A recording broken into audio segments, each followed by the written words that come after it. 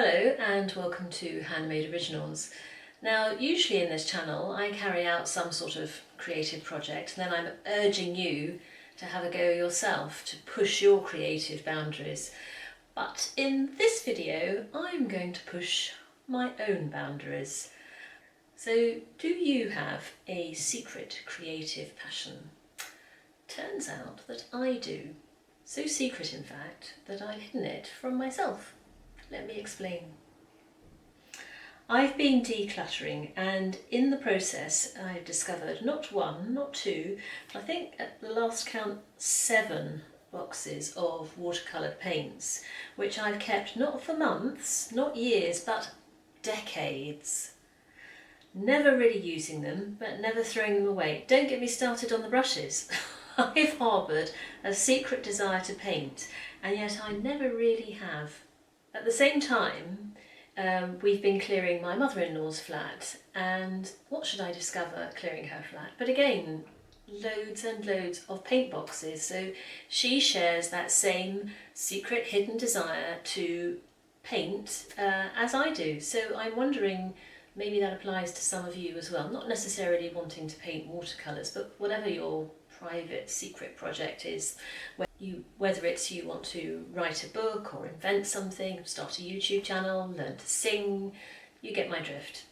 So for both my mother-in-law and for me, these weren't paint boxes, they were boxes of dreams, things that we aspired to do someday and obviously which we hoped to be good at. So what stopped us? Was it because it was such an important thing in our lives, such a precious dream, that we were frightened of starting it because we might find that we weren't very good at it, we were just sort of mediocre at best, and then our dream would be dissolved, go up in a puff of smoke. There's also, isn't there, the fear that if you do try something that people, friends, really friends, family, will just kind of laugh at you and think you're stupid, ridiculous or whatever, but more often than not that's sort of the inner voices in your head. Anyway, sometimes you really want to do something so much that you build up a fear of trying it because it means too much to you, and it's a risk just having a go. So in this video I am going to face my fears head on. I'm going to try to live my dream, my secret, not so secret, creative dream, and I'm going to have a go. I'm going to have a go at watercolour painting, and I'm going to do it on screen, and we'll see how I get on. So just to be clear, this is not a painting tutorial.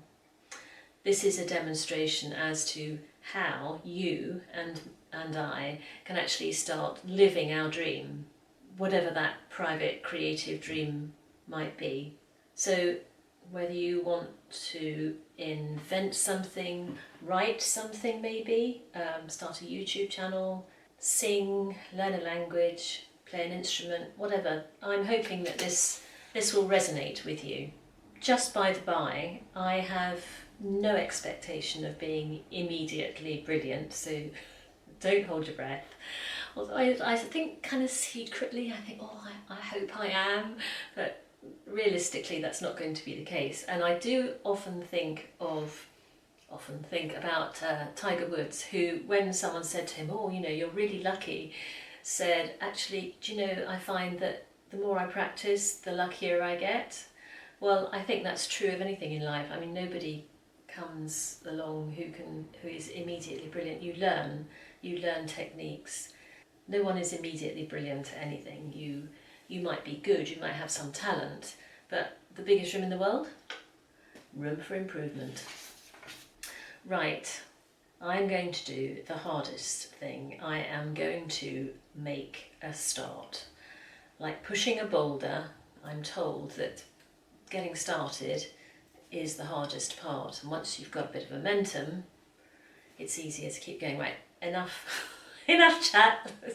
Am I trying to put off starting? I'm showing you what I've done. I don't know. Let's get on with it, and then you can let me know what you think.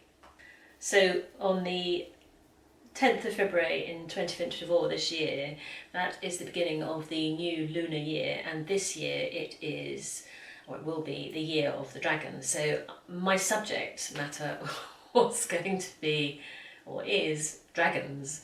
So this is how I got on. So using the cheapest paint box, because I felt I hadn't yet proved myself worthy of the more expensive ones, I drew, I painted, and then I checked some YouTube tutorials, and I realised I'd done everything in the wrong order, but I carried on. I had another go and I watched some more tutorials. I used some better, if very ancient, paints, and I finished Dragon number 2. Then I did something which I'd been intending to do for a while, but again it was something I'd been putting off. I bumbled about and I set up a shop which is connected to this YouTube channel, and you'll find it, that is my hand, it looks like it doesn't belong to me. You'll find it below the YouTube and below the description, and there are a variety of things there. So I printed my little dragon on a journal, I printed it on some t-shirts, and I printed it on a mug. Largely I think just to have a go and see how the process worked. But I also posted pictures of my progress on my Instagram page. Oh dear. I guess what I was trying to do was really to face my fears, and so sort of really not just do the painting and drawing, but just to really put myself out there and think, come on, you know, you're gonna really face my fears and completely vanquish them. I think I was expecting some sort of jeering and scorn being poured on how ridiculous they were, but actually people were very kind and very generous in their comments. I also did the hardest thing. I showed them to my worst critic, my mother, who actually again surprised me. She said, looked at them and said they were lovely without hesitation. So yeah, I don't know if her eyesight's going, but anyway, own it. Yeah, so that was really a pleasant surprise.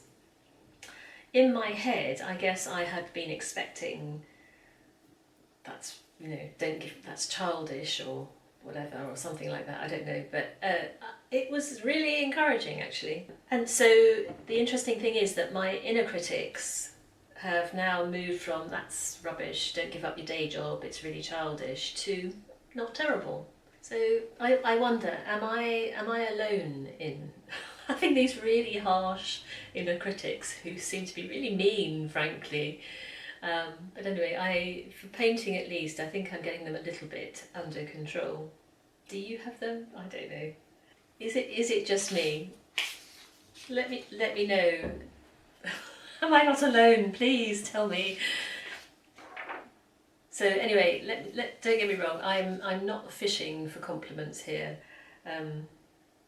I truly think that the two paintings I've done so far are not terrible. Not great, not terrible, but the key words here are so far, and having started pushing that boulder, I feel that it's now got a little bit of momentum, and I am now not going to be afraid to carry on, and that's actually huge. And I will use those nice paints, and I will buy myself some actually decent brushes rather than these ones that hairs come out of them as you paint with them, so I guess they're a bit cheap and cheerful. The important thing for me is I've actually really enjoyed the whole process, and it is my aim now to carry on and to improve. The funny thing was, it's been quite an emotional thing for me actually. The funny thing was, as I was using the very ancient paint box, which I mean it wasn't mine, it was given to me by somebody else and it's never been used. And someone had actually put paper on it and it was all stuck, the paints themselves were all gummed up. And as I started taking the paper off and cleaning the paints and then using them, I did kind of get a sense that they were looking at me going, thank you so much, and just sort of releasing the colours onto the paper. And it was just, I know it's bonkers, but it was just a really nice sort of sensation, feeling at one with the paint. Okay, so here's the bottom line. I don't expect my here's the bottom line, I don't expect my t-shirts or whatever, or mug, to compete with Amazon. I don't think they're frightened.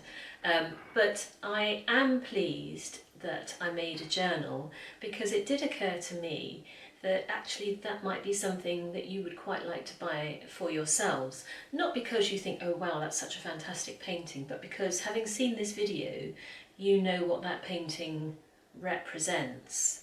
And it might just, when you use it, give you a little nudge, a little push to try whatever your secret creative passion is, to do it yourself. And you could also, it's useful, you can use it to make any notes to encourage yourself to actually begin. Get your personal boulder moving.